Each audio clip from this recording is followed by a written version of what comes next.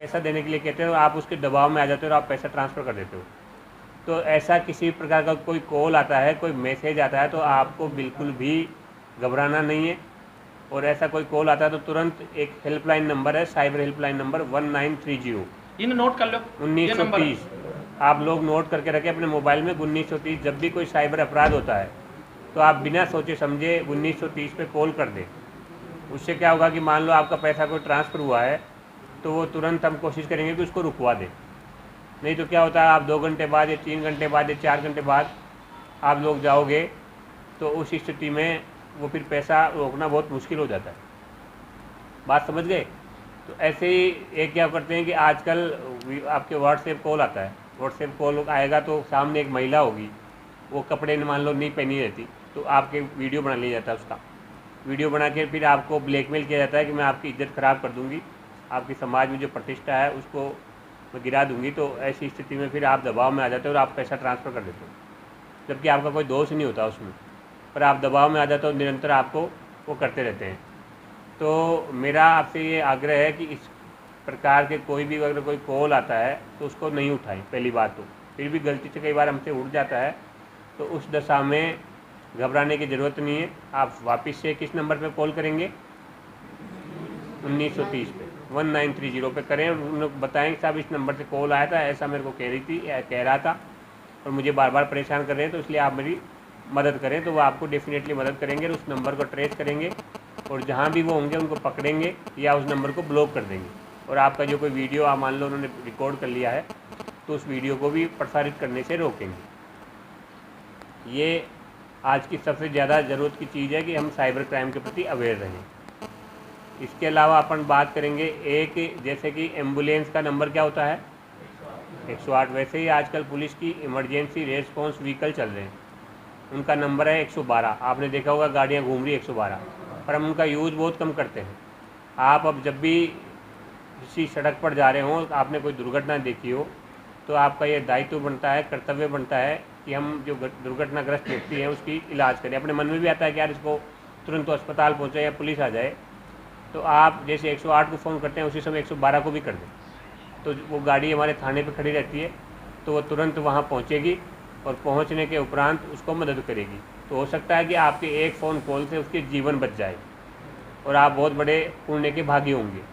इसी प्रकार से मान लीजिए मोहल्ले में कोई लड़ाई हो रही है और आप लोग उसको देख रहे हो कि यार मोहल्ले में लड़ाई हो रही है, तो उसको सही समय पर अगर अपन पुलिस पहुंच जाती है तो वो लड़ाई रुक जाती है और वो केसबाजी होने से या किसी के साथ मान लो दुर्घटना हो, उसमें किसी के मारपीट हो, किसी का हाथ पांव टूट जाए, इससे पहले बेहतर ये है कि हम 112 को कॉल कर दें, पुलिस वहाँ तुरंत पहुँच जाएगी और जो वो झगड़ा कर रहा है उसको रोकेगी, समझाएगी।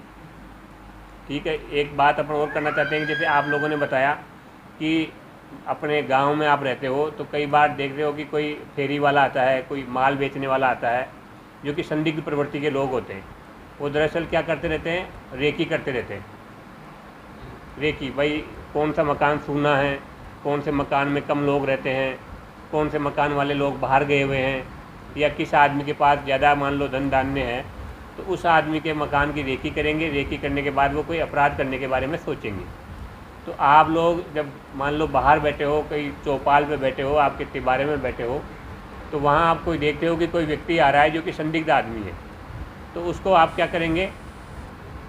आइडेंटिफाई करेंगे। आइडेंटिफाई करके और पुलिस को तुरंत सूचना देंगे कि साहब ऐसा आदमी हमारे गांव में घूम रहा है। मान लो वो मोटरसाइकिल लेके आता तो उसकी गाड़ी के नंबर नोट कर लें, उसका हुलिया नोट कर लें, अगर फ़ोटो खींच सकते हैं तो फ़ोटो खींच लें।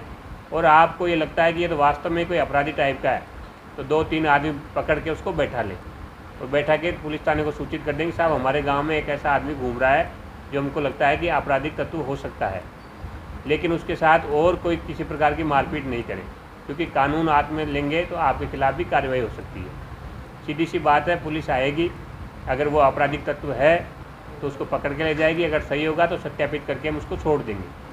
तो ये अगर आपकी जागरूकता रहेगी, जो तो आप जो मुझे बता रहे हैं कि साहब चोरियाँ होती है या इस तरह के कोई अपराध हो रहे हैं, उन पर रोकथाम अपने आप ही लग जाएगी। पुलिस तो सक्रिय है ही, लेकिन पुलिस अकेले कुछ नहीं कर पाती है। पुलिस जनता के सहयोग से, जन सहयोग से ही पुलिस भी ताकतवर बनती है। इसके अलावा अपन और बात करें तो एक हमारे यहाँ सजग पड़ोसी स्कीम चलती है पुलिस में। सजग पड़ोसी स्कीम में वही स्कीम है जो पहले पुराने ज़माने में हुआ करती थी कि जब भी हम घर से बाहर जाते थे, चाहे वो शादी समारोह में जा रहे हैं, चाहे घूमने जा रहे हैं, चाहे रिश्तेदारी में कोई गमी हो गई है वहाँ जा रहे हैं, तो अपन कह के जाते थे ना पड़ोस में या अपने रिश्तेदार जो आसपास रहता है कि साहब मैं जा रहा हूँ फला गाँव, आप लोग ध्यान में रखना, मेरे मकान सुनना है तो पीछे से आप उसका ध्यान रखें। तो ऐसी स्थिति में क्या होगा कि आप लोग अगर अपने पड़ोस में अपने रिश्तेदारों को बता के जाएंगे तो जो आपका मकान सूना है उस पर 3-4 घंटे में हर बार कोई आदमी जाएगा, तो जो रेकी करने वाला आदमी है, जो कि हो सकता है कि वो आपराधिक घटना अंजाम देने के बारे में सोच रहा है, वो सतर्क हो जाएगा और आपका जो मकान है वो सुरक्षित रहेगा। आप चाहें तो हमारा जो बीट कांस्टेबल होता है आपके यहाँ का, गांव का हर एक गांव का बीट कांस्टेबल होता है एक, उस बीट कांस्टेबल को भी जरिए फ़ोन आप सूचना दे सकते हो कि साहब मैं 2 दिन के लिए बाहर जा रहा हूँ, आप मेरे मकान की थोड़ा देखभाल कर लेना। तो उसको भी हम 2-3 बार 4 बार रात में भी गश्त में आपके मकान का विशेष रूप से ध्यान रखेंगे कि ये मकान में लोग नहीं है, तो हम उसका निगरानी कर लें। तो इस प्रकार से जो भी अपराध है उस अपराध को हम बचा सकेंगे।